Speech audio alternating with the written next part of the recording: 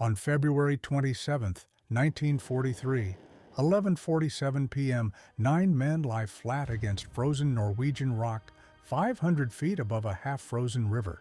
They're dressed entirely in white, white parkas, white pants, white face paint streaking their cheeks.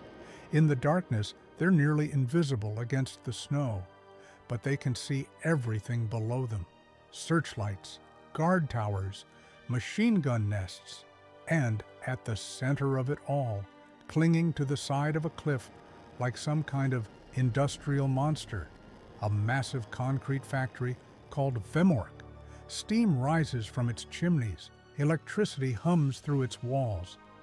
Inside that building, Hitler is building an atomic bomb. One of the men, a 23-year-old Norwegian named Joachim Rønneberg, touches his jacket pocket. Inside is a small glass capsule, cyanide. Every man on this cliff has one. They all know how to use it. Bite down hard. Death in seconds. They know because 41 men already tried this exact mission 3 months ago. Not one of them made it home.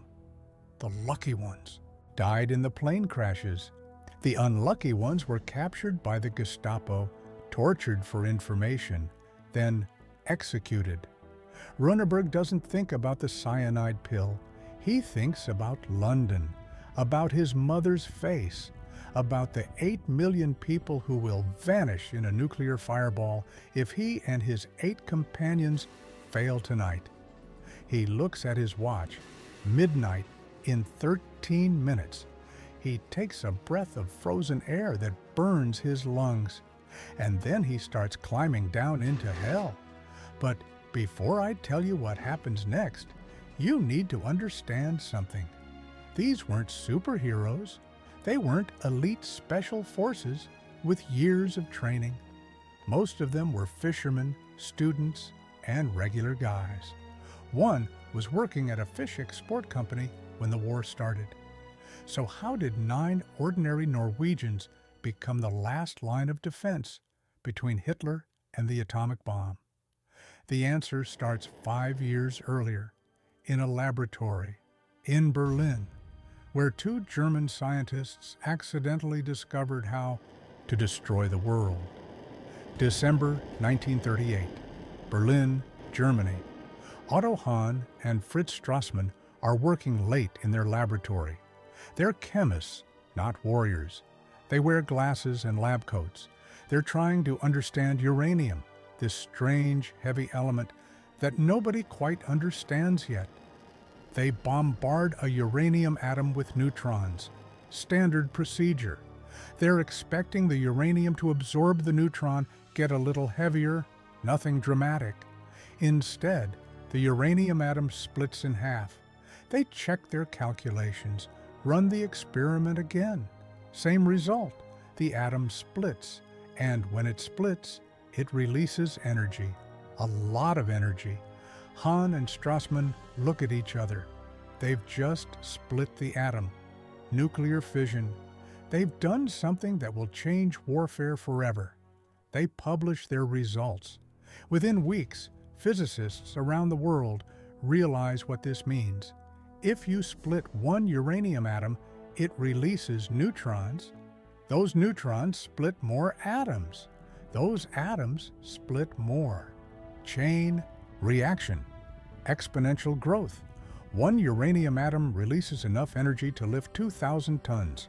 1 kilogram of uranium releases the same energy as 20,000 tons of TNT.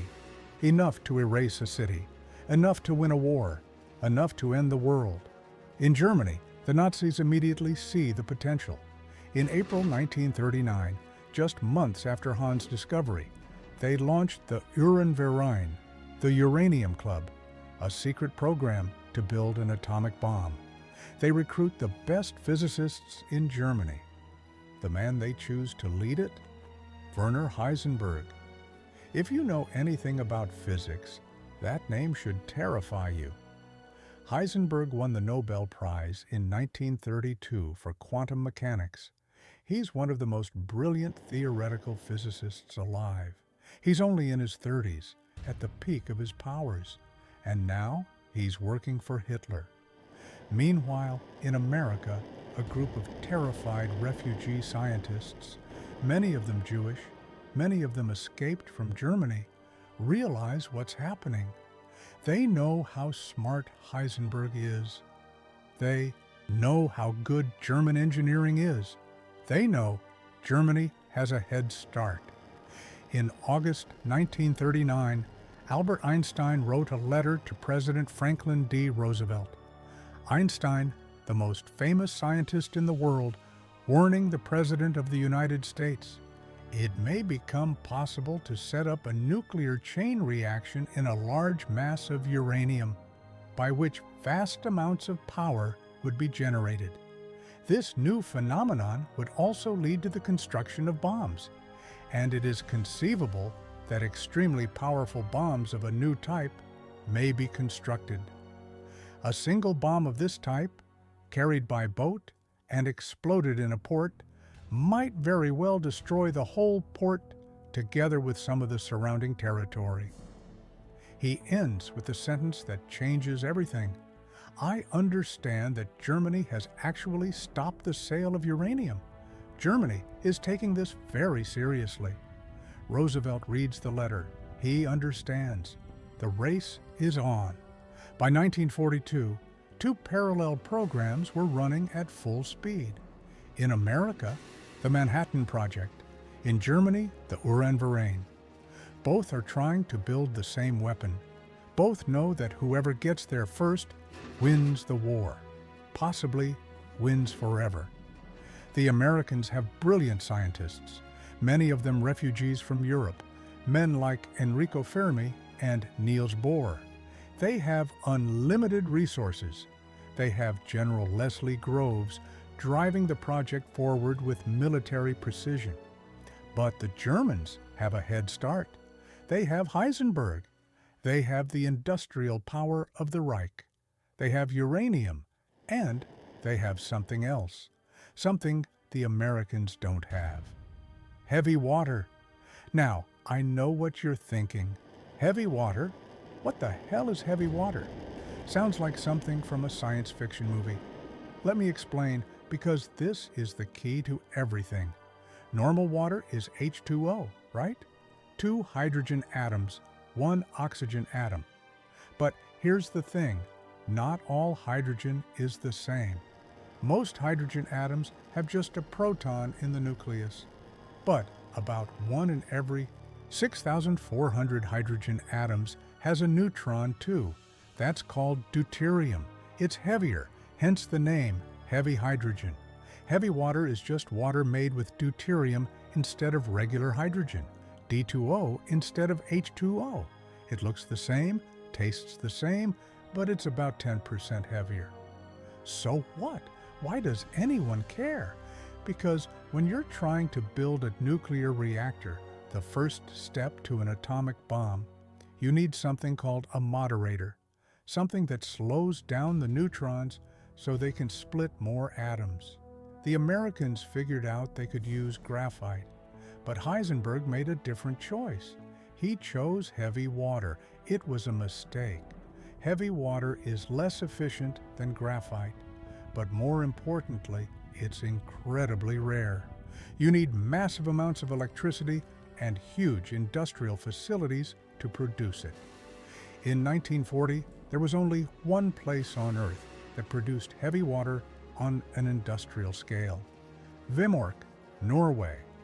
A hydroelectric plant perched on the edge of a cliff in southern Norway, about 100 miles west of Oslo. It was built by Norsk Hydro to produce fertilizer. As a side effect of their process, they produced heavy water. 12 tons per year, the only significant supply in the world. The Nazis knew this. The Allies knew this. Everyone knew this. And on April 9, 1940, German forces invaded Norway. They seized the country in a matter of weeks. And one of their first priorities? Securing the Vemork plant. By 1942, Vemork was producing 100 kilograms of heavy water every month, all of it going straight to Heisenberg's laboratories in Germany. The German nuclear program is accelerating. They're running experiments, building reactors, getting closer. The Allies are watching. They're terrified. They don't know exactly how far along the Germans are, but they know one thing for certain. If the Nazis get an atomic bomb first, the war is over. Hitler will have a weapon that can erase London, Moscow, even New York. 8 million people died in a flash of light. No defense, no warning, just annihilation. Something has to be done. The heavy water production has to stop. But how? Vemork isn't just a factory, it's a fortress. It sits on the edge of the Hardanger Vida Plateau, surrounded by a 500-foot gorge on 3 sides. There's a single bridge across the gorge, heavily guarded. The Germans have added machine gun towers, searchlights, 350 guards, landmines on every approach route. Conventional military assault is impossible. Bombing it would kill thousands of Norwegian civilians and might not even destroy the production facility. There's only one option: a small team, infiltrate, sabotage, escape, a suicide mission. Winston Churchill, Britain's Prime Minister, looks at the intelligence reports. He knows what has to be done. He turns to his Special Operations Executive, the SOE, which he calls his Ministry of Ungentlemanly Warfare. Set Europe ablaze, he tells them. Find me men who can do the impossible. And in the mountains of Norway, freezing and starving, a group of Norwegian resistance fighters receives a radio message from London. The message is simple. We're sending a team. Prepare for Operation Gunnerside. 9 men, 1 factory, the fate of the world. The mission was launched in February 1943, and in the next chapter, I'm going to tell you about the 9 men who said yes to a mission that had already killed 41 people. Men who packed cyanide pills and explosives and jumped out of a plane into the Norwegian wilderness in the middle of winter. Men who became heroes because someone had to be. But first, you need to understand just how impossible their target was. On April 9, 1940, 4:15 a.m., a Norwegian dockworker at Vemork hears the air raid sirens. He thinks it's a drill. Norway is neutral. They've been neutral through the whole war. Nobody's going to invade Norway. By sunrise, German paratroopers are landing in Oslo. German warships are in the harbors. German tanks are rolling through the streets. The invasion is so fast, so overwhelming, that most Norwegians don't even have time to grab their rifles. But someone at Norsk Hydro, the company that owns Vemork, is paying attention. Someone who understands what's at stake. 3 days earlier, a French intelligence officer named Jacques Allier had arrived at Vemork with an urgent request. France knows war is coming. They know about nuclear fission. They know about heavy water. And they know that if Germany gets their hands on Vemork's entire supply, the consequences could be catastrophic. The managing director of Vemork, a man named Aubert, makes a decision that probably saves millions of lives. He agrees to lend France all of Vemork's heavy water for the duration of the war. 185 kilograms, every drop they have, loaded into steel canisters. On April 12th, 3 days after the German invasion, while Nazi forces were still securing Oslo, those canisters were being smuggled out of Norway. First to Oslo, hiding in plain sight among regular cargo. Then to Perth, Scotland, in the dead of night. Finally, to France. The French get it out just in time. Within weeks, German officers arrive at Vemork. They ask where the heavy water went. Aubert lies to their faces. We shipped it to France before the invasion. It's gone. The Germans are furious. But here's the thing. Vemork doesn't just store heavy water, it makes it. And now that Germany controls the plant, they can make as much as they want. They immediately ordered production ramped up. Before the war, Vemork was producing heavy water as a byproduct. Nobody cared much about it. Now it's the priority. The Germans install new equipment, add more staff, pour resources into the facility. By early 1942, Vemork was producing 100 kilograms of heavy water every single month. That's enough. Enough for Heisenberg to run experiments. Enough to build test reactors. Enough to move the Nazi atomic program forward at terrifying speed. Allied intelligence is watching. They have spies inside Norway. They have informants. They intercept German communications, and what they're seeing makes them sick with fear. Nobody knows for sure how close the Germans are to a working bomb. 6 months away? A year? 2 years? The scientists in America are telling Roosevelt, we have to assume they're as far along as we are, maybe further. In Britain, Winston Churchill gets the reports. He reads them with his usual cigar clenched between his teeth. Then he makes a decision. If we can't stop the German program, we can at least slow it down, cut off their supply, destroy. Vemork. Churchill activates the Special Operations Executive, the SOE. It's a secret organization he created specifically for missions like this. Sabotage, assassination, ungentlemanly warfare, as he calls it. Their motto, set Europe ablaze. But when the SOE analysts look at Vemork, they realize something horrifying. This isn't just a difficult target. It's damn near impossible. Let me paint you a picture of Vemork because you need to understand the geography to appreciate what comes next. Imagine you're standing on the Hardangervidda Plateau in southern Norway. It's winter. The plateau is one of the largest mountain plains in Europe. Endless frozen wilderness, half a mile above sea level. The wind is so cold it feels like knives cutting your face. There are no trees, no shelter, just rock and ice and snow stretching to the horizon. Now walk to the edge of that plateau. Look down. You're staring into a gorge, the Mona River Valley. It drops away beneath you, 500 feet straight down. Sheer cliffs. In the summer, the Mona River rushes through the bottom. In winter, it's half frozen, with patches of black water showing through the ice like open wounds.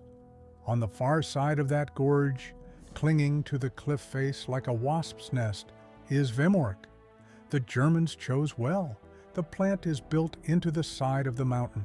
Behind it, the cliff continues up another 1,000 feet.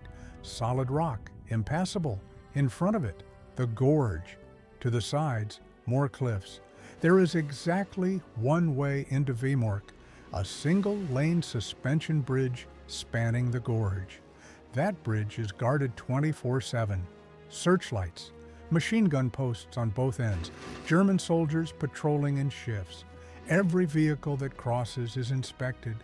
Every person is checked against a list of authorized personnel. But the Germans aren't taking chances. After they seized Vemork, they added more security. Guard towers at all 4 corners of the facility. 15-foot barbed wire fence around the entire perimeter. Landmines scattered across the only road that approaches from the mountain. Floodlights that turn night into day. 350 guards stationed at the facility and in the nearby town of Ryukon. And inside the plant itself, the heavy water production happens in the basement. To get there, you'd have to pass through multiple locked doors, each requiring special authorization. The Germans keep the keys on them at all times. Allied military planners look at this setup and reach a unanimous conclusion. Conventional assault is impossible. You can't bring in troops. The terrain won't allow it. Even if you could somehow land an entire battalion on the plateau, they'd have to cross that bridge, single file, under machine gun fire. It would be a massacre. What about aerial bombing? Surely the Royal Air Force could just flatten the place? Technically, yes. But Vemork is surrounded by the town of Rjukan. 3,000 Norwegian civilians live there. Most of them work at the plant. Their houses are right next to the facility. If you bomb Vemork, you're going to kill hundreds, maybe thousands of innocent Norwegians. And here's the other problem. The heavy water is in the basement, in steel cells built into solid rock. Even a direct hit might not destroy it. You'd kill all those civilians, and the plant might still be operational within weeks. So, what's left? A small team. Infiltration. Get in, blow up the heavy water, get out. It's a suicide mission. Everyone knows it, but it's the only option left. The SOE starts planning. They call it Operation Freshman. November 19th, 1942. RAF Skitten, Scotland. 2 Halifax bombers sit on the runway. Behind each bomber, a Horsa glider, basically a plywood box with wings. Inside the gliders, 41 British commandos, engineers, demolition experts, the best men the British Army could find. The plan is elegant in its simplicity. The gliders will be towed 400 miles across the North Sea to Norway. A Norwegian advance team, Operation Grouse, is already on the ground, waiting on the Hardangervidda Plateau. They've set up a landing zone. They have lights ready. The gliders will land. The Grouse team will guide the British commandos to Vemork. They'll blow up the heavy water, then escape across the mountains to Sweden. The weather forecast is marginal. Fog over the North Sea, ice forming on the wings. But London is pushing hard. Every day Vemork produces more heavy water. Every day the German program gets closer. At 6:10 p.m. the planes take off. 4 hours later, the first Halifax bomber runs into heavy fog over the Norwegian coast. The pilot can't see anything. He's navigating by instruments, trying to find the landing zone. But the tow cable to the glider is icing up. The glider is getting heavier, harder to control. The cable snaps. The glider, carrying 17 men, goes into a spin. The pilot tries to pull up, but there's no altitude, no time. They slam into the side of a mountain at 200 miles per hour. Everyone inside dies instantly. The impact is so violent that the glider disintegrates. Pieces of wreckage and bodies scatter across half a mile of mountainside. The Halifax bomber, now free of the glider's weight, manages to turn back toward Scotland. They make it home. They report, lost glider in fog, no survivors possible. But there's a second bomber, second glider, 24 more men. This crew has better luck with the weather. They find a gap in the fog. The pilot spots what he thinks is the landing zone. He releases the glider, but it's not the landing zone. It's just another snow-covered plateau that looks similar from the air. The glider comes down hard. Not a crash exactly, but a brutal landing. The wooden structure splinters. Men are thrown against the walls. Broken bones, concussions. But most of them are alive. Then they hear dogs barking in the distance. German patrols. The British commandos try to organize, try to gather weapons, but they're injured, disoriented. Within an hour, German soldiers surround them. The British surrendered. It gets worse. The second Halifax bomber, the one that towed them, also runs into trouble. Mechanical failure. They crash on the return flight. Only 3 crew members survive. So here's the final tally. 41 men sent on Operation Freshman. All 41 died or were captured within hours. The survivors from the glider crash, the ones who surrendered to the Germans, are taken to Gestapo headquarters. The Gestapo wants to know everything. Who sent them? What was their target? Are more coming? The British commandos don't break. They give name, rank, serial number, nothing else. So the Gestapo tortures them for days. Eventually, the Germans realize these men don't know enough to be useful, so they line them up in the snow and shoot them, all of them executed, in violation of the Geneva Convention, in violation of every rule of war. But the Gestapo doesn't care. These were commandos, saboteurs, not real soldiers in their view. They get no mercy. Meanwhile, up on the Hardangervidda Plateau, the 4 men of Operation Grouse are waiting with their lights ready. They hear the planes overhead. They see nothing. They wait all night in the freezing cold. By morning, they know something went terribly wrong. Eventually, through coded radio messages from London, they learn the truth. Everyone's dead. The mission failed. And now, the Germans know someone tried to attack Vemork. Security will be even tighter. In London, Winston Churchill reads the report. 41 men died. 0 damage to Vemork. The Nazi atomic program continues undisturbed. He's furious, devastated. But Churchill doesn't give up. He tells the SOE, "We must try again." But this time, no British soldiers. They don't know the terrain. They don't speak Norwegian. They stand out. This time, it has to be Norwegians. Men who know the mountains. Men who can blend in. Men who have nothing to lose because the Nazis already took their country. This time, 9 men. Just 9.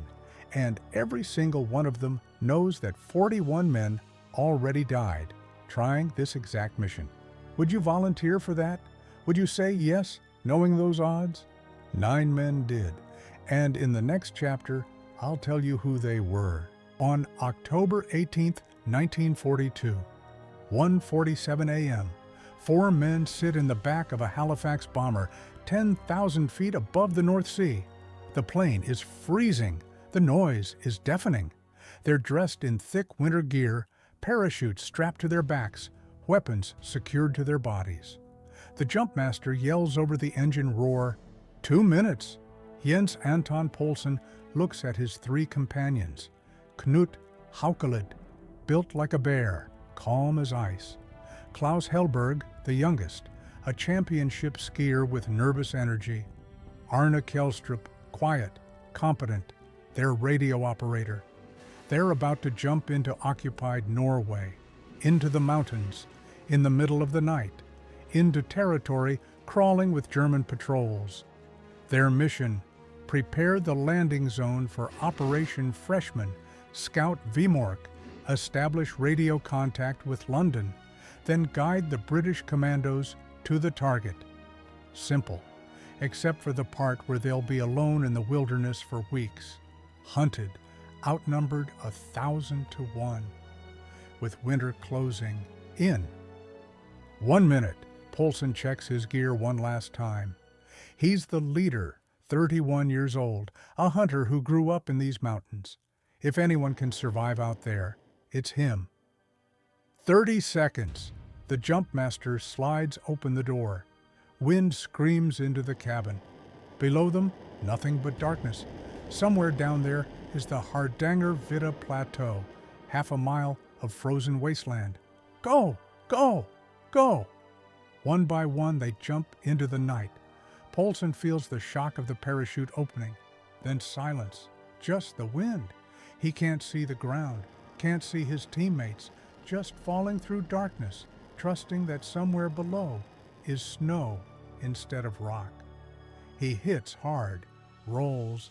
The parachute drags him for a moment before he can cut free.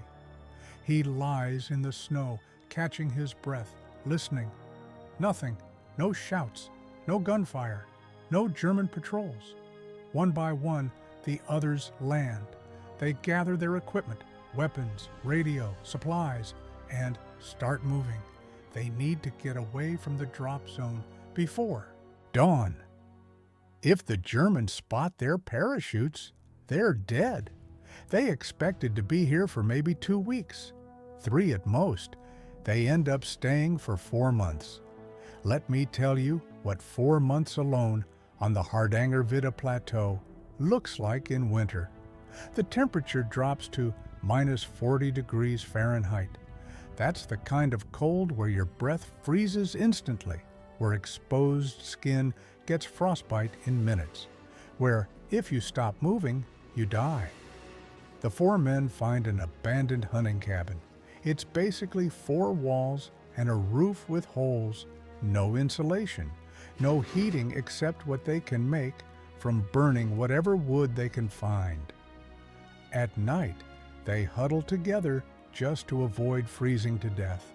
Food runs out within the first month. They brought supplies, but they didn't plan on being here this long. So they hunt, but there's nothing to hunt. A few reindeer, scattered and wary. They can't use guns. The sound would bring German patrols. So they hunt with their bare hands. They dig through snow looking for reindeer moss, the same stuff the reindeer eat. It tastes like dirt mixed with sawdust, but it keeps you alive. One day, Helberg manages to kill a reindeer with a knife.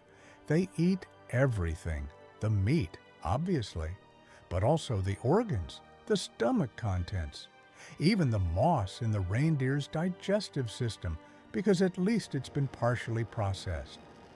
Hakelid later said, "We ate things we didn't know could be eaten. We became animals." But the physical suffering isn't the worst part. The worst part is the waiting, not knowing. Jelstrup maintains radio contact with London. The messages come in coded bursts. Operation Freshman launching soon, stand by. Then, Freshman delayed, weather. Then, Freshman launching tonight, prepare lights. November 19th, they set up their lights on the plateau. They wait all night in the freezing cold. They hear planes overhead. They see nothing. The next day, radio silence from London. For 3 days, nothing. The 4 men know something went wrong, but they don't know what. Finally, a message comes through. Just a few words, but each one lands like a punch to the gut. Freshman failed, all casualties, maintain position. Further instructions follow. All casualties, 41 men, dead.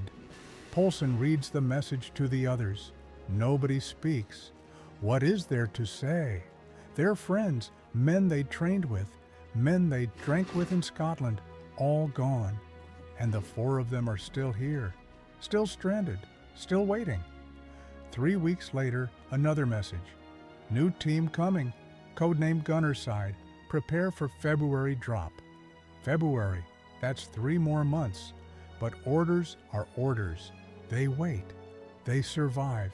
They prepare. Because if they give up, if they die out here, then those 41 men died for nothing, and someone has to finish this mission.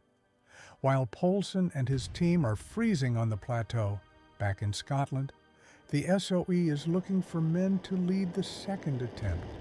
They need someone special, someone who can plan a mission to this complex, someone who can lead men into impossible situations, someone young enough to be physically capable but mature enough to make life or death decisions.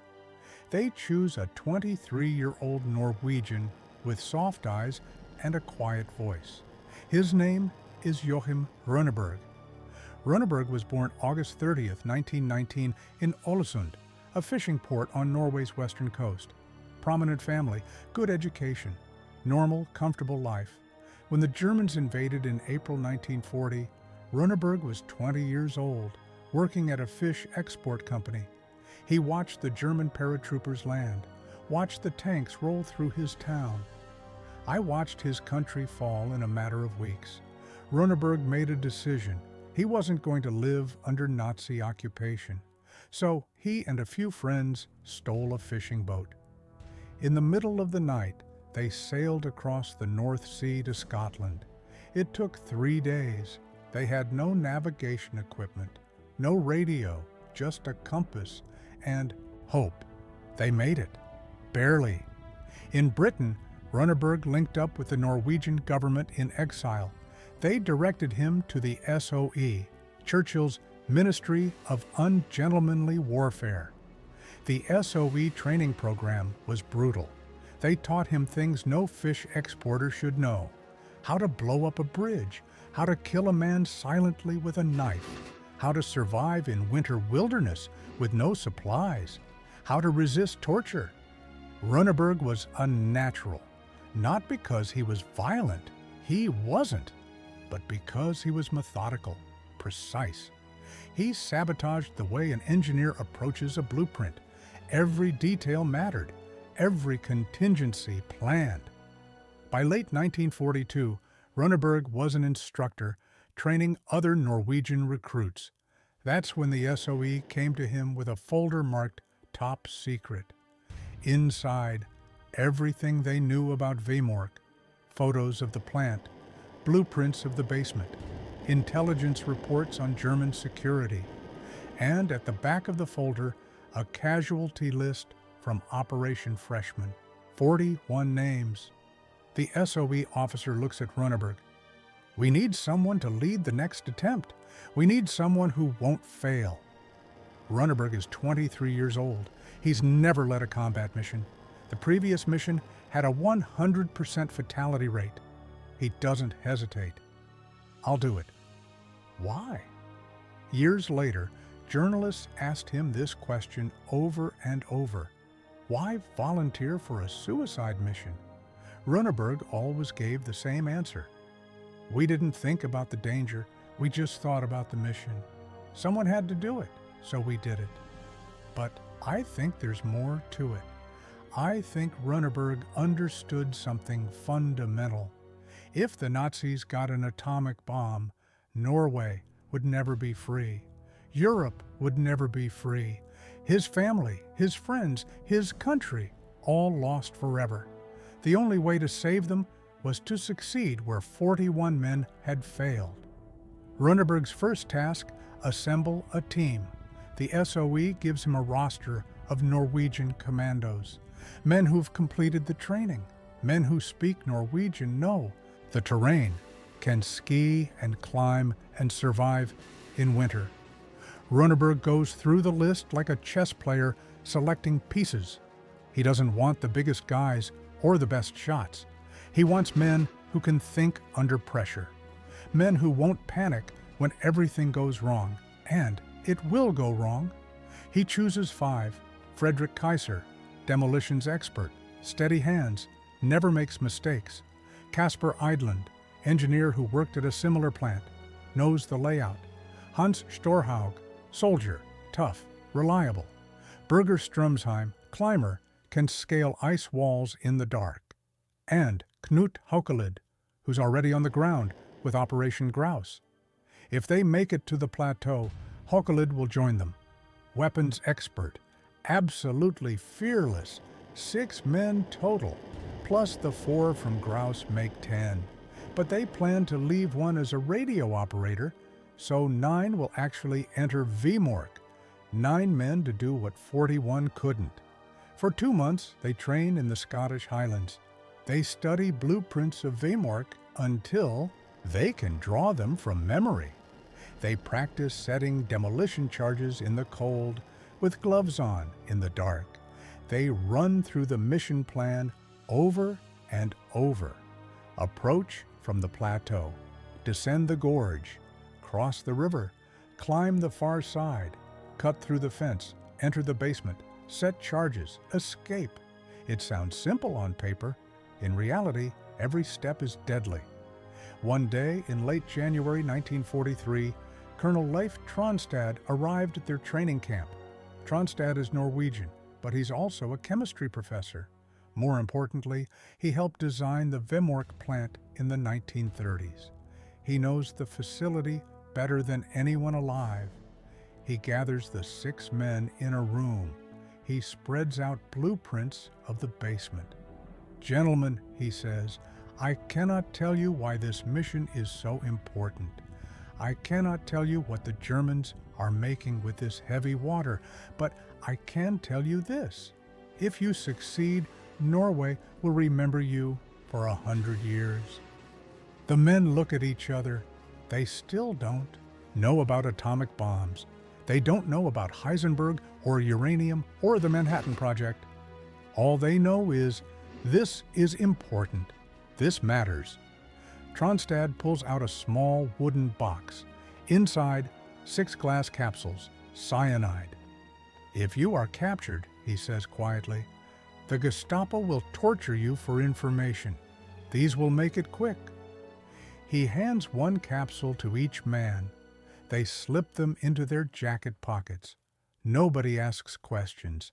They all know what happened to the men from Operation Freshman. That night, Rønneberg writes a letter to his mother. He doesn't mail it. Can't, for security reasons, but he writes it anyway, just in case. "If you're reading this, I didn't make it, but I know that I did something that mattered. I can't tell you what, but trust me, it mattered." He seals the letter, puts it with his personal effects. February 16, 1943. The 6 men board a Halifax bomber at RAF Tempsford, Scotland. They're carrying explosives, weapons, ski equipment, cold, weather gear, and cyanide. They know that 4 men are waiting for them on the Hardangervidda Plateau, men who've been alone in the wilderness for 4 months. They know the Germans are expecting them now. Security at Vemork is tighter than ever. They know that statistically, none of them should survive this. At 6:00 p.m., the plane takes off, heading east, into the darkness, into occupied Norway. Rønneberg sits in the back, eyes closed, running through the mission plan one more time. Every step, every contingency. In 8 hours, they'll be on the ground. In 11 days, they'll be at Vemork, and the world will never be the same. On February 16, 1943, 11:43 p.m., Joachim Rønneberg stands at the open door of the Halifax bomber, looking down into absolute darkness. The wind tears at his face. Below him, Norway, his homeland, occupied, crawling with German soldiers who will torture and execute him if they catch him. The jumpmaster taps his shoulder. 10 seconds! Rønneberg's heart is pounding so hard he can feel it in his throat. His hands are shaking, not from fear, he tells himself, just adrenaline. He grips the edges of the door. Go! He jumps. For a moment, there's nothing but the howl of wind and the sickening sensation of falling. Then the parachute opens with a violent jerk that nearly knocks the air from his lungs. Suddenly, it's quiet. Just the whisper of wind and the rustle of the parachute above him. He looks down, can't see the ground, can't see anything. He's falling blind into enemy territory, trusting that somewhere below is snow and not rock, water, or a German patrol. The ground rushes up faster than he expects. He hits hard, rolls, gets tangled in the parachute for a moment of pure panic before he manages to cut himself free. He lies there in the snow, breathing hard, listening. Silence. Thank God. One by one, the others land around him, 6 white shapes appearing out of the darkness. They gather quickly, whispering head counts, checking for injuries. Everyone made it down alive. Kaiser pulls out a compass. Check their position against the map. His face goes pale, even in the darkness. We're off target, he whispers. Way off.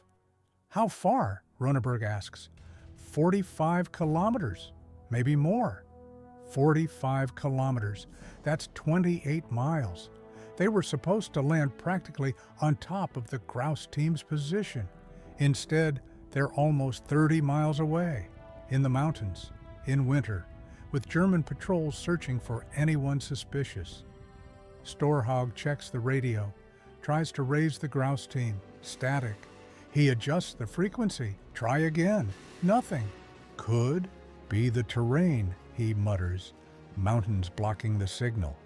Or it could be worse. Maybe the grouse team is dead. Maybe they've been captured. Maybe Rønneberg and his 5 men are completely alone in occupied Norway, with no backup, no support, and no way home. Rønneberg makes a decision. We move now. We need to get away from the drop zone before daylight. They gather their equipment, weapons, explosives, supplies, and start trudging through knee-deep snow. Every step is exhausting.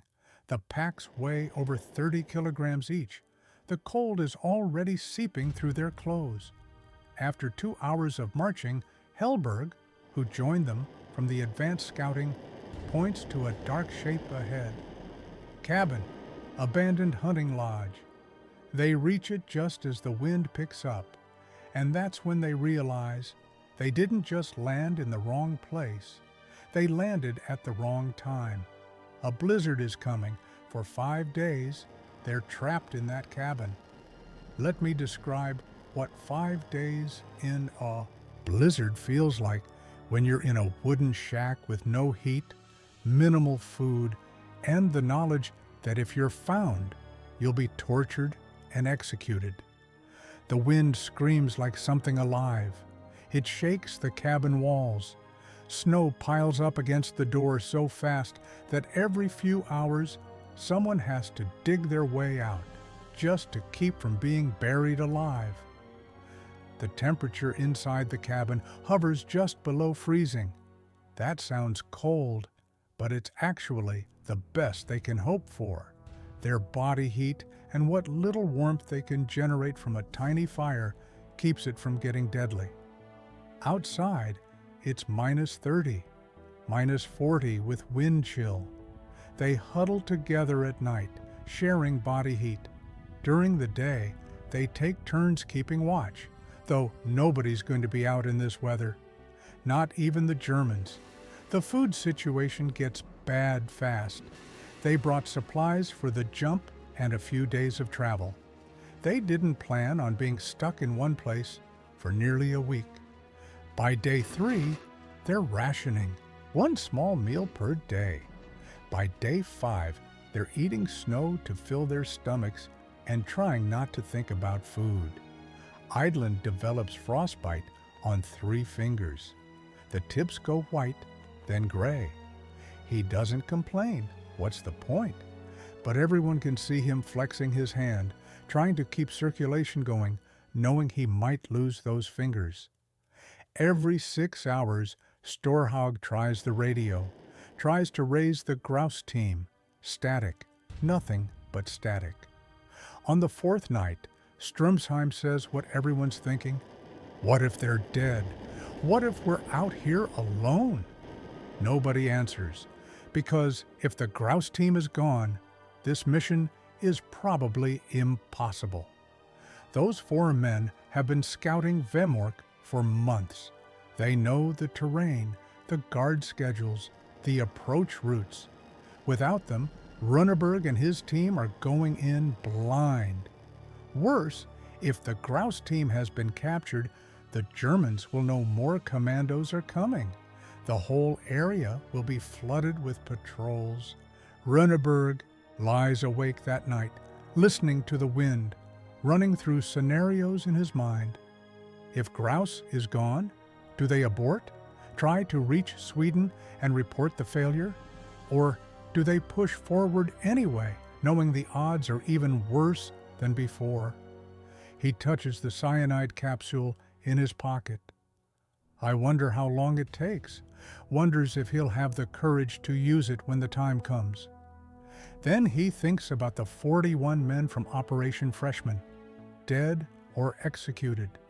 He thinks about his mother back in Ålesund, living under Nazi occupation. He thinks about London, 8 million people who might die if the Germans get their atomic bomb. No, they're not aborting, not until he knows for certain that Grouse is gone. February 22nd, the 6th day, the blizzard finally breaks. The silence when the wind stops is almost eerie. Rønneberg crawls to the door, pushes through the snowdrift, and looks outside. Blue sky, blinding sunlight reflecting off fresh snow. The world is buried under 3 feet of powder. "We moved today," he announces. "Grab everything. We're not coming back here." They pack their gear, check their weapons, start trudging through waist-deep snow toward where the grouse team is supposed to be. It takes 2 days. 2 days of brutal hiking, through terrain that doesn't want them there. Mountains that try to kill you with every step. Frozen rivers that look solid until you step on them and hear the ice crack. Wind that starts up again every evening, turning their faces raw. Strumsheim falls through thin ice on the 2nd day. One moment he's there, the next he's in water up to his chest, gasping from the shock of cold. They pull him out fast, but his clothes freeze solid within minutes. They have to stop, build a tiny fire, risky but necessary, and let him dry out enough that he won't die of hypothermia. Every delay makes Rønneberg more anxious. Every hour they waste is another hour the Germans have to prepare, another hour closer to failure. On the evening of February 22nd, they spot smoke, tiny wisps rising from behind a ridge. They approach carefully, weapons ready. Could be Germans, could be a trap. Rønneberg crests the ridge and sees a hunting cabin. 4 men sitting outside around a small fire. They look up. For a moment, nobody moves. Then one of the men, Poulsen, breaks into a huge grin. "You made it! You actually made it!" The grouse team looks like corpses, gaunt faces, hollow eyes, clothes that hang off frames that have lost 20, maybe 30 pounds. Poulsen's beard is matted with ice. Haukelid's hands shake constantly from malnutrition, but they're alive. More than alive. They're sharp, focused, ready. Rønneberg feels relief wash over him, like a physical force. They're not alone. The mission is still possible.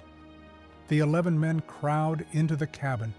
Poulsen spreads out a hand-drawn map of Vemork. "Bad news first," he says. "The Germans added more security after freshmen, more guards, more patrols, more searchlights. They know someone's coming." Kaiser swears under his breath. "How many guards?" Rønneberg asks. "At least 25 at the bridge alone, plus another 50 roaming the facility grounds. Machine gun towers here, here, and here." Poulsen points to spots on the map. "Minefields along the road approach. They've got German shepherds now, too." The team exchanges grim looks. It was already nearly impossible. Now it's even worse. "Good news?" Strumsheim asks hopefully. Poulsen grins. "The heavy water is still there. All of it. In the basement. 18 high concentration cells. If we can blow those, we set their program back at least a year." A year? That might be enough. The Americans are working on their own bomb. If the Allies get there first, if they beat Germany by even 6 months, the war could be over. "So," Haukelid says, leaning forward, "how do we get in?" They spend the next 3 days planning, studying blueprints, rehearsing movements, arguing about approaches. There are 3 possible routes into Vemork. Option 1, the mountain approach. Come down from above, through the mines, and over the cliffs. Problem: the Germans have scattered mines across every feasible path. Trying to navigate a minefield in the dark is suicide. Option 2, the bridge, the direct approach. Storm across with guns blazing. Problem: It's a killing field. Single-lane bridge, machine gun nests on both ends, 25 guards. They might get 3 steps before being cut down. Option 3, the gorge. Descend 500 feet of nearly vertical cliff, cross the half-frozen Mona River, then climb 500 feet up the other side. Problem: the Germans think it's impossible. That's why they don't guard it heavily. Haukelid looks at the gorge approach on the map. Nobody climbs that gorge, not even in summer. In winter? In the dark? That's insane. Rønneberg meets his eyes. That's exactly why it will work. The Germans aren't watching it, because they think nobody can do it. They might be right, Kaiser mutters. Can we do it? Rønneberg asks Stromsheim, their best climber. Stromsheim is quiet for a long moment, thinking. Finally, maybe, if we're lucky, if the ice holds, if nobody falls. Rønneberg nods. Then that's the plan. They spend the next 2 days preparing. They divide into 2 teams. The demolition team, Rønneberg, Kaiser, Edlund, and Stromsheim, will enter the plant. Their job, find the heavy water cells and blow them up. The covering team, Haukelid, Poulsen, Helberg, Storhaug, and Kelstrup, will provide security, watch for patrols, create a distraction if necessary, fight their way out if everything goes wrong. One man, Kelstrup, will stay at the top of the gorge with the radio. If the mission succeeds, he'll signal London. If it fails, he'll escape to Sweden and report what happened. Escape plan: scatter immediately after the explosion. Don't stay together. That makes them easier to track. Split up and ski cross-country to Sweden. 250 miles. Through mountains, through German patrols. It will take days, maybe weeks. And if they're captured, the cyanide capsules. Quick, relatively painless. Better than what the Gestapo will do. Tronstad's words echo in Rønneberg's mind. If you succeed, Norway will remember you for 100 years. Big words, but first, they have to survive the next 48 hours. February 27, 1943. 8:00 p.m. The 9 men who will enter Vemork stand in the snow doing final equipment checks. Rønneberg is wearing a British Army uniform underneath his white winter camouflage. They all are. If they're captured, the Germans will think this was a British operation. Norway won't face reprisals. The civilians in Rjukan won't be massacred in revenge.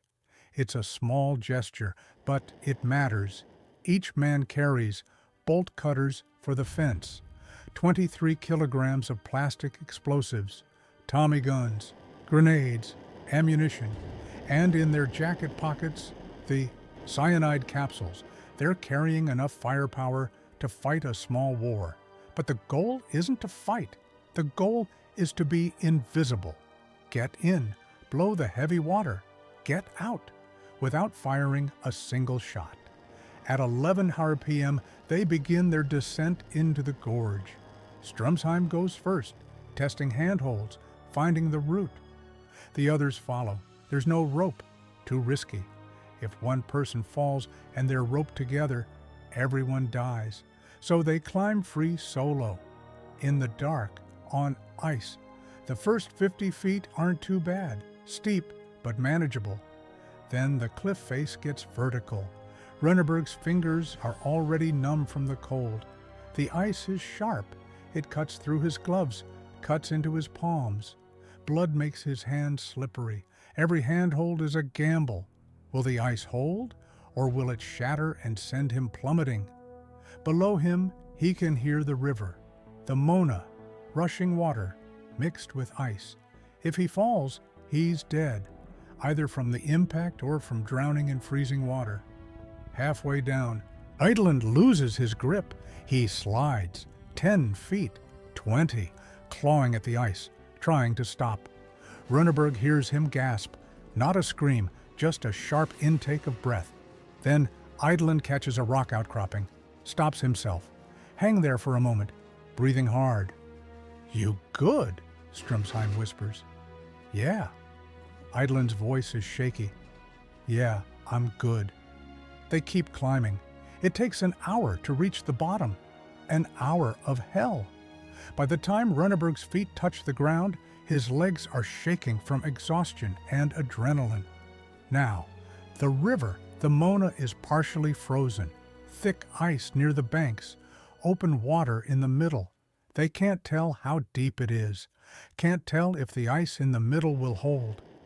Helberg goes first, steps onto the ice. It holds. He takes another step, another, then crack. He crashes through. The water is waist deep, so cold it drives the air from his lungs. He wades forward, breaking through ice with each step, trying not to cry out from the pain. The others follow. One by one, they wade through that river. The water is so cold it feels like being stabbed with thousands of knives. Rønneberg's legs go numb within seconds. He can't feel his feet, can't tell if he's stepping on rock or ice or nothing. By the time they reach the far bank, they're all soaked from the waist down. Water is already freezing on their pants, turning the fabric stiff as cardboard. And now they have to climb up 500 feet, vertical ice cliff, with wet clothes, numb hands, exhausted muscles. Håkelid mutters, "That moment, I accepted I was going to die. I just wanted to complete the mission first." But they climb anyway, because what else can they do? The ascent is worse than the descent. Rønneberg's arms are screaming. His fingers have no feeling left. He's climbing on instinct and pure willpower.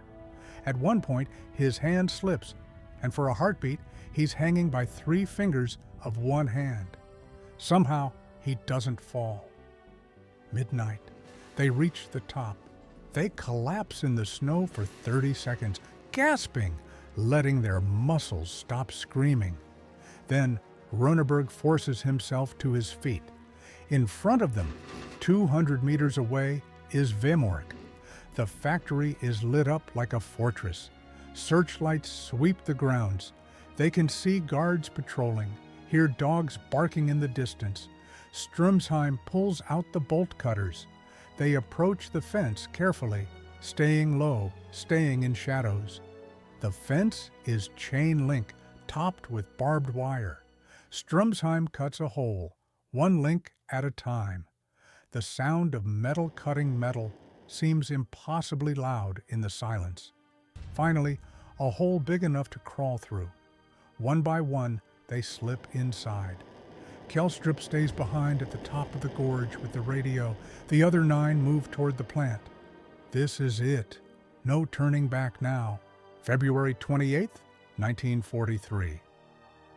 12:17 a.m.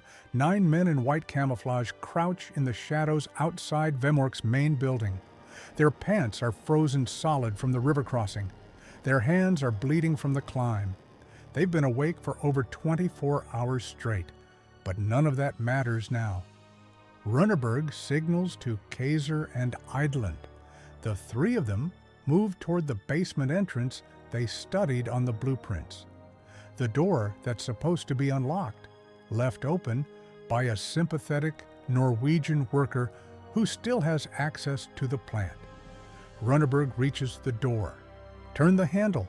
Locked. His heart stops. This was the plan.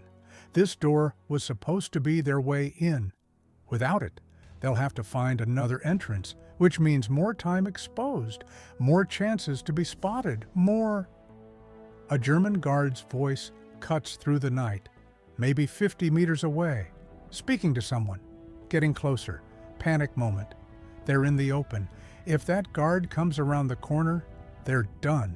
Firefight, alarm, mission over. Rønneberg makes a split-second decision, hand signals. The team splits up. He takes Kaiser and Eidland one direction, looking for the cable duct entrance, a backup they identified but hoped never to use. Strumsheim and Storhaug go another way, searching for any other opening. The cable duct is a narrow opening in the foundation wall, maybe 2 feet wide and 3 feet high. It's how electrical cables enter the building. Nobody's supposed to be able to fit through it. Rønneberg doesn't hesitate. He drops to his stomach and starts crawling. It's tight, claustrophobically tight. His shoulders scrape against concrete on both sides. The duct is pitch black. He can't see his hand in front of his face. He's crawling blind, pulling himself forward with his elbows, dragging his pack of explosives behind him. For a moment, he gets stuck. His pack catches on something. He can't move forward or backward. The walls are pressing in. He can feel his breathing getting faster, panic starting to rise. No, not now, not after everything. He exhales completely, making himself smaller, and yanks the pack. It comes free. He keeps crawling. After what feels like hours, but is probably only 2 minutes, he emerges into a basement corridor. Dim light from a single bulb, concrete walls, the hum of machinery somewhere nearby. He's in. Kaiser and Eidlin follow. They stand up, brush off the concrete dust, and check their weapons. The explosives are intact. They're okay. Rønneberg orients himself. According to the blueprints, the heavy water room should be down this corridor. Take a left, then footsteps. Someone's coming. Rønneberg raises his Tommy gun, finger on the trigger. If it's a German guard, he'll have to shoot. The alarm will sound. They'll fight their way to the heavy water room and hope they can set the charges before being overrun. A man rounds the corner, elderly, Norwegian, wearing a worker's coverall. A night watchman. The man freezes, stares at Rønneberg, takes in the British uniform, the white camouflage, the submachine gun. For a moment, nobody moves. Then Rønneberg speaks, in Norwegian, keeping his voice low, calm, friendly. Don't move. We're not here to hurt you. We're Norwegian. Do you understand? The watchman's eyes go wide. He nods slowly. We're here to stop the Germans, Rønneberg continues. Stay quiet. Stay still. You'll be safe. The watchman nods again. He's scared. Who wouldn't be? But he doesn't shout, doesn't run for an alarm. A crash of breaking glass echoes from somewhere nearby. Loud, way too loud. Rønneberg's heart jumps into his throat. That's Strumsheim. Must have found a window. But the noise, the guards will have heard that. Footsteps running. Strumsheim and Storhaug appear around a corner, climbing through a broken window. Rønneberg nearly shoots them before recognizing the white camouflage. Heavy water room, Rønneberg hisses. Now! They run down the corridor. The watchman points them in the right direction, a small act of resistance that might have just saved the mission. They reach a steel door, locked, but the watchman has keys. His hands are shaking so badly it takes 3 tries, but he gets it open. The 9 men pile into the heavy water room, and there it is, Hitler's atomic bomb program, right in front of them. The room is maybe 30 feet long, 20 feet wide. Along one wall, 18 steel cylindrical cells, each about 5 feet tall and 3 feet in diameter. They're connected by pipes and valves, humming with electric pumps. Condensation drips from the cold metal surfaces. In the dim lighting, there's an almost ethereal quality to the scene, like something from a science fiction story, not real life. But it is real. Inside those cells, 500 kilograms of heavy water. Enough to run experiments for months. Enough to help Heisenberg build a working nuclear reactor. Enough to potentially change the course of the war. Rønneberg stares at the cells. This is it. This is what they crossed the North Sea for. What they parachuted into a blizzard for, what they nearly died climbing that gorge for. For a moment, the weight of it all hits him. If they fail now, if the charges don't go off, if they set them wrong, if something goes wrong, those 41 men from Operation Freshman died for nothing. London remains at risk. The Nazis get their bomb. But if they succeed, Kaiser is already moving. He's the demolitions expert. This is his moment. He and Rønneberg pull out the plastic explosives, 11 kilograms total. They've practiced this 100 times in Scotland, but never under these conditions. Never in enemy territory with German guards 50 meters away. Never with their hands half frozen and bleeding. The plan is surgical. They need to destroy the cells without causing a massive explosion that will bring every German in Rjukan running. Shaped charges, precise. Placement.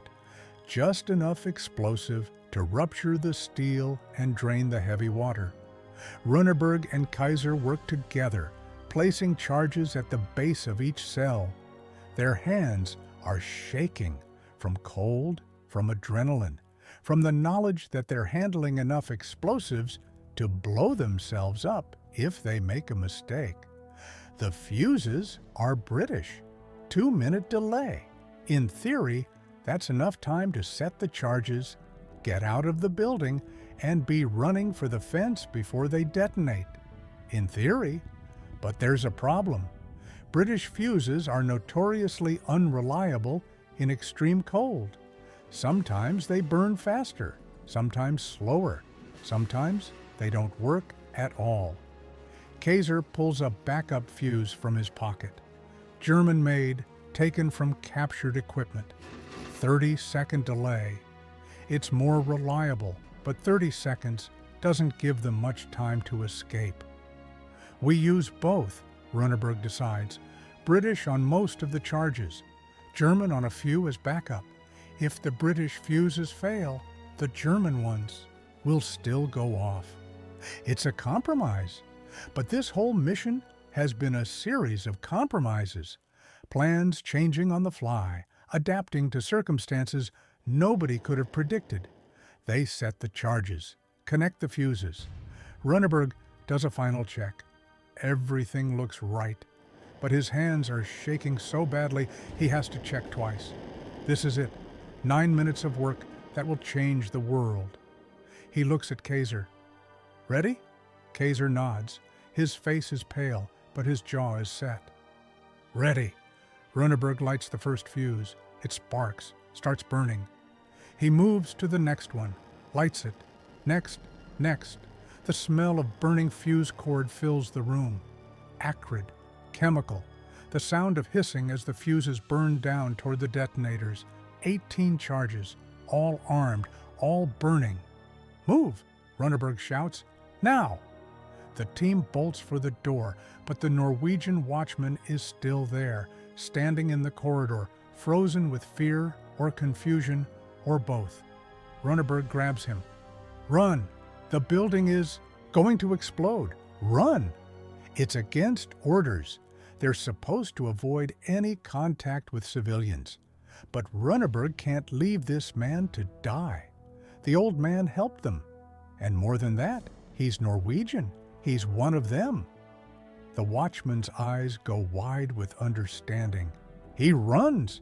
The 9 men sprint through the basement corridor, back toward the cable duct. No, too slow. They head for the broken window instead. One by one, they dive through, landing in snow outside. Guards, they hear voices. German soldiers, somewhere nearby, investigating the sound of breaking glass. But it's dark. The commandos are in white camouflage. The Germans haven't spotted them yet. They run for the fence. 50 meters, 40, 30. A searchlight sweeps past them, misses by 3 feet. They reach the fence, squeeze through the hole Strumsheim cut earlier. Now they're outside the perimeter, but they're still exposed, still 200 meters from the gorge edge. And behind them, inside Vemork, the fuses are burning down. How much time is left? A minute? 90 seconds? They run.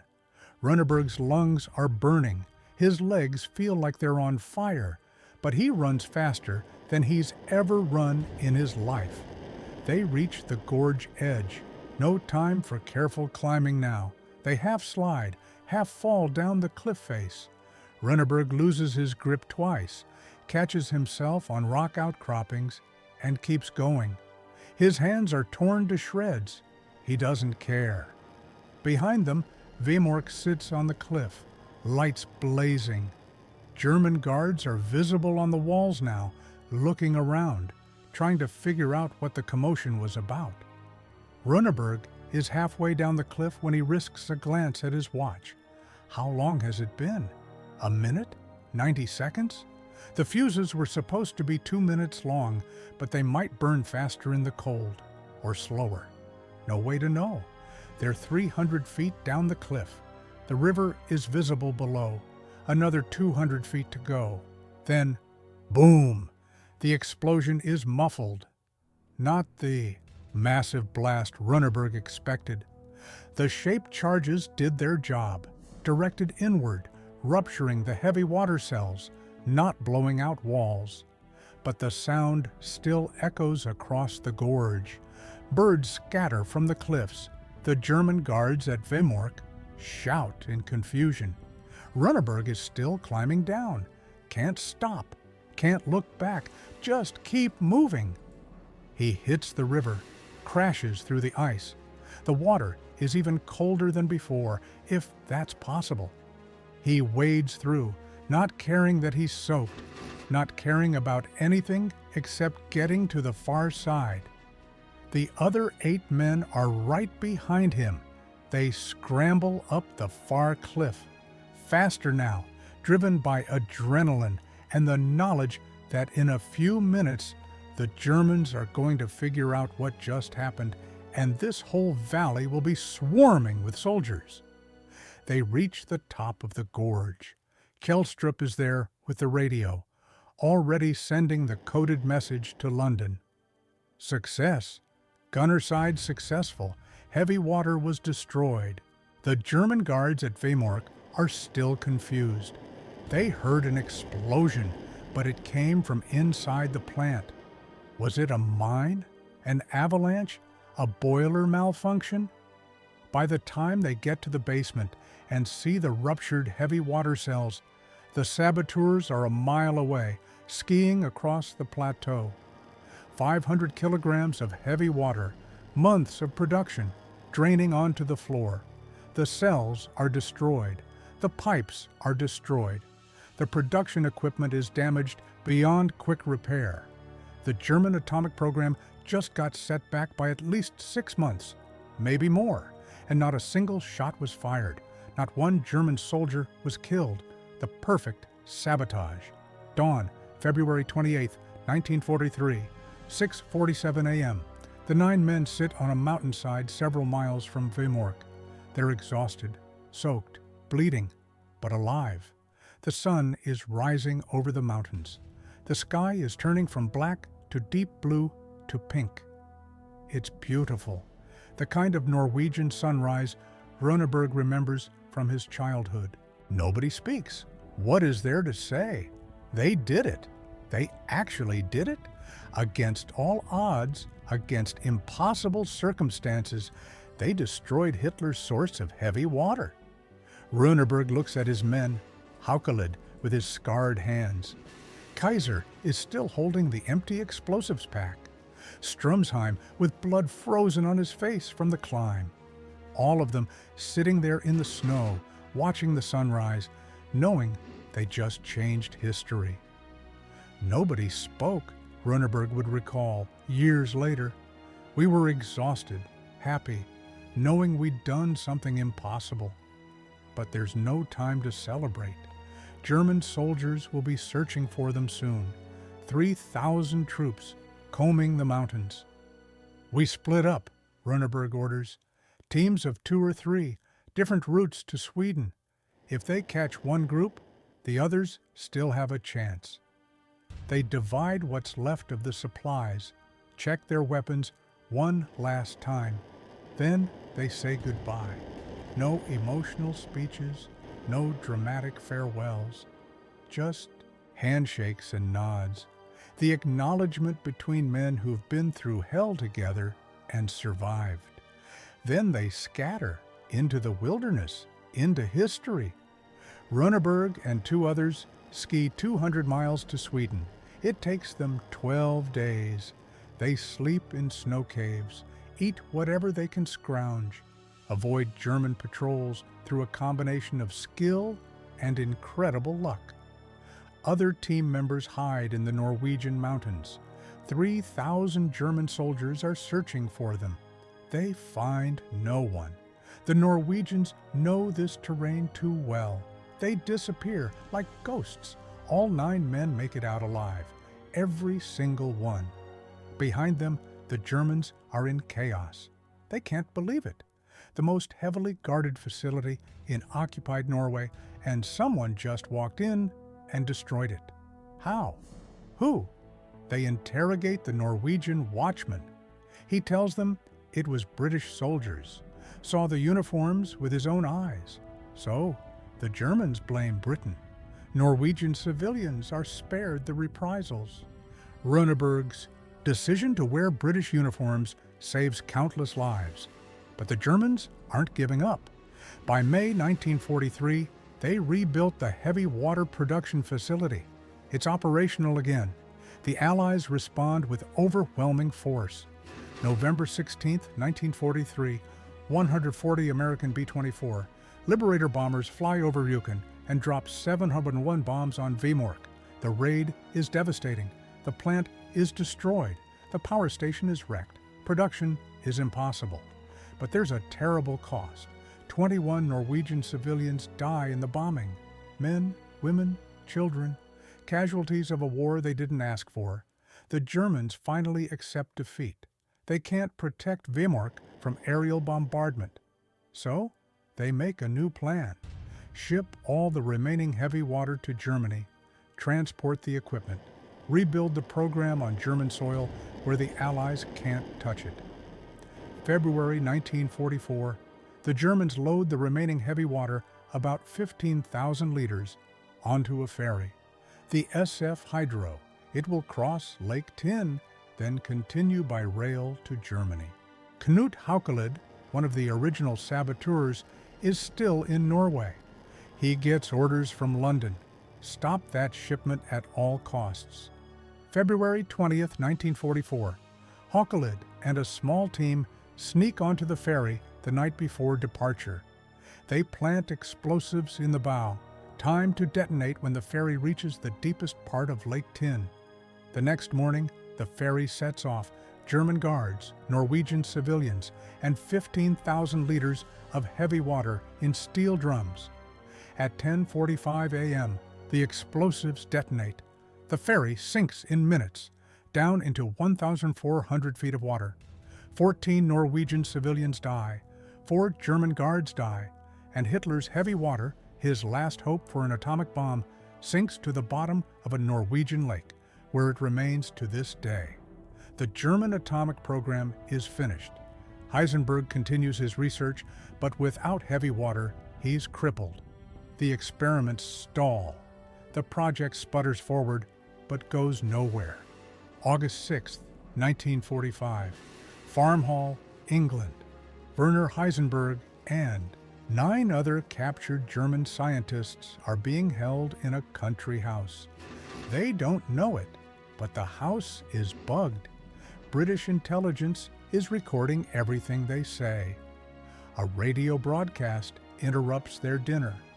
The Americans have dropped an atomic bomb on Hiroshima, Japan, a city of 350,000 people.